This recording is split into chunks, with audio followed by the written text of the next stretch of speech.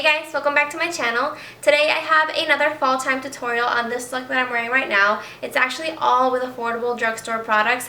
Whatever's not drugstore is affordable and you can purchase online. And the eyeshadow palette I'll be using today is the Morphe 35T palette. I ordered this palette along with a 35W because I was waiting for the 350 and it wasn't being stocked, and I had a feeling that this one wasn't going to be available, so better to be safe than sorry. I just got these two ahead, so you will be seeing a lot of Morphe makeup tutorials soon. This is my first Morphe eyeshadow experience. I've never used their eyeshadows before, but everyone keeps talking about them, so I had to see what the hype was about. They are so buttery and smooth, easy to blend, easy to use, and the colors are so gorgeous. They have colors here that look like foiled shadows, and it's just a perfect palette for the fall season. So if you want to see how I created this look, then keep watching. We're gonna start off with foundation because I don't actually have an affordable primer available, but if you guys have maybe the NYX Angel Veil or the Maybelline one, you can go ahead and use that. I mixed the L'Oreal Lumi and the True Match because one is lighter and one is too dark for me, and I'm blending it in with the Real Techniques brush. All of the products are gonna be listed in the description box.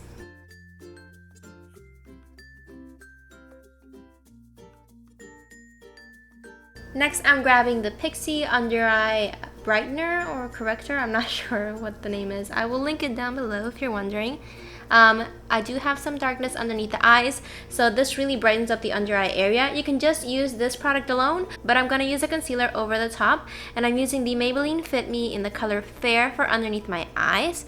And then I'm taking the color Light to cover any hyperpigmentation or imperfections.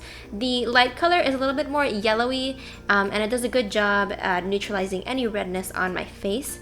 Now I'm using a Sephora Collection sponge to blend everything out.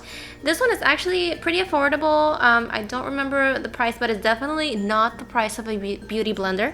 And it is a little bit more dense, so it doesn't shear out the product as much as a beauty blender.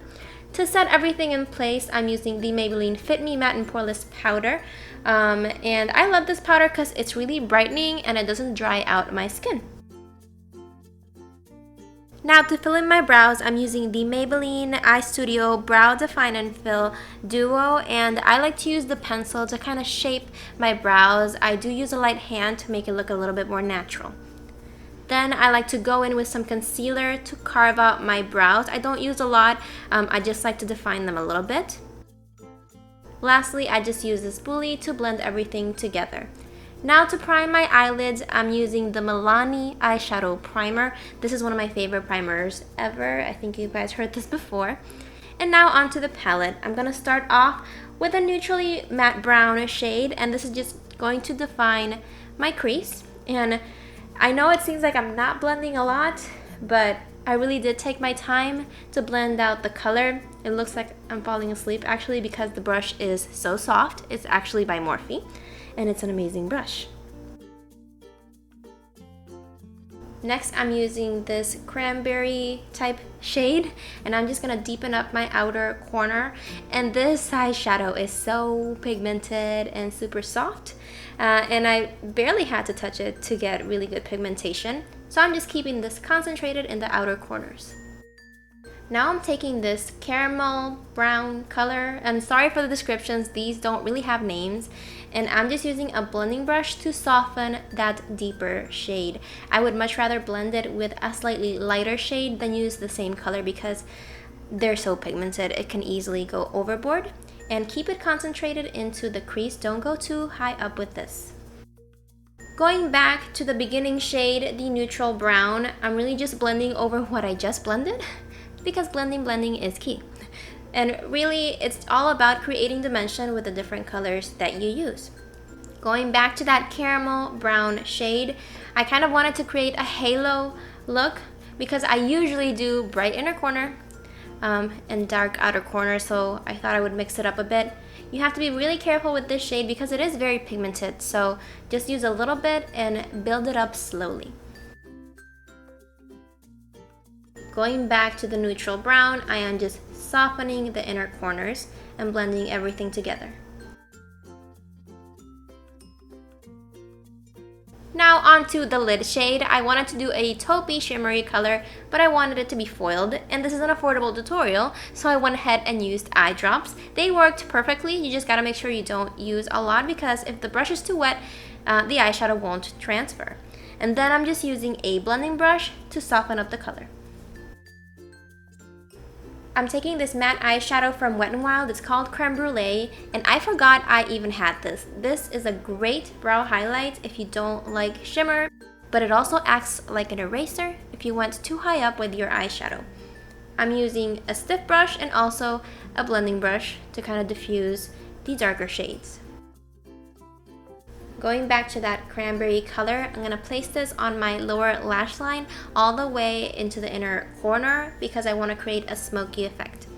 Now I'm taking this light, kind of taupey pink shade, it's hard to describe, and I'm placing this in the inner corner. It's not too bright, so it's perfect for a subtle highlight.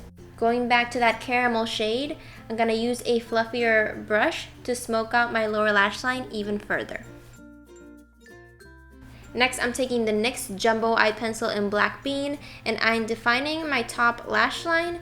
Later on, you'll see that this step is kind of unnecessary because I didn't really want to use liquid liner, but I end up using it anyway, so this step is optional. I do like to add a little bit of pencil liner on my lower lash line to make it a little bit more dramatic. Moving on to lashes, I'm using the Rocket Volum Express Mascara. This was always one of my favorites, and I haven't used it in a while. And I'm gonna do a light coat because I'll be using falsies today. Don't forget to coat your lower lashes as well. One of my favorite things about this mascara is that it's pretty water resistant, so it does not smudge on me at all. Today I'm using the Kiss lashes in Vamp, and I have already applied them. I have the toughest time applying these lashes, and it's because I changed up my glue.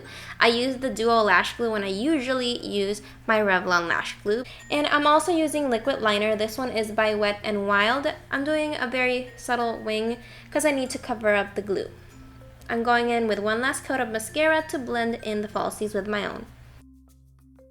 Now I'm using the Rimmel Scandal Eyes pencil, I think it's called Nude, to brighten up my waterline, and this is just going to make my eyes seem bigger and brighter. Moving on to complexion, I'm using the NYC Sunny Bronzer, and I'm bronzing where I would usually contour. This is a very subtle color, so you can really go heavy-handed if you need to, or use a contour brush if you want. And I'm going all over the face. For blush, I'm using my favorite palette of the moment. This is the e.l.f. blush palette in Dark. And this blush is so pigmented. I was not expecting it to be that pigmented. I barely tapped the brush in there, so I went back with my powder brush to tone down the color. For highlight, I'm using the Milani Tan-tastic Face and Body Bronzer, but this really looks like a highlight. And I'm using this where I would normally highlight my face. It's very subtle, and it has a little bit of a golden sheen. For lips, I wanted to create an ombre lip color that was long-lasting, so I went ahead and used my Milani Amore Matte Lip Creams. I'm not sure if these are still available, but I will leave links down below if they are. I started off with the color Crush all around the edges. It's kind of like a dried blood color, similar to Kat Von D's Vampira. And then I went in with Romance. Now this is a brighter red. I felt like using my fingers worked the best to kind of create that ombre effect. You can use as many layers as you want. Just remember that even though the formula is thin on these, the layers will make it heavier.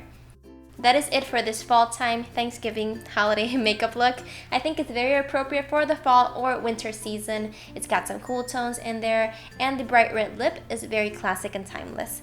If you like this video, make sure to give it a thumbs up, subscribe if you haven't already, and have a happy Thanksgiving. Lolita is like a dusty rose kind of pink, and then we have Vampira, which is just a dried blood color.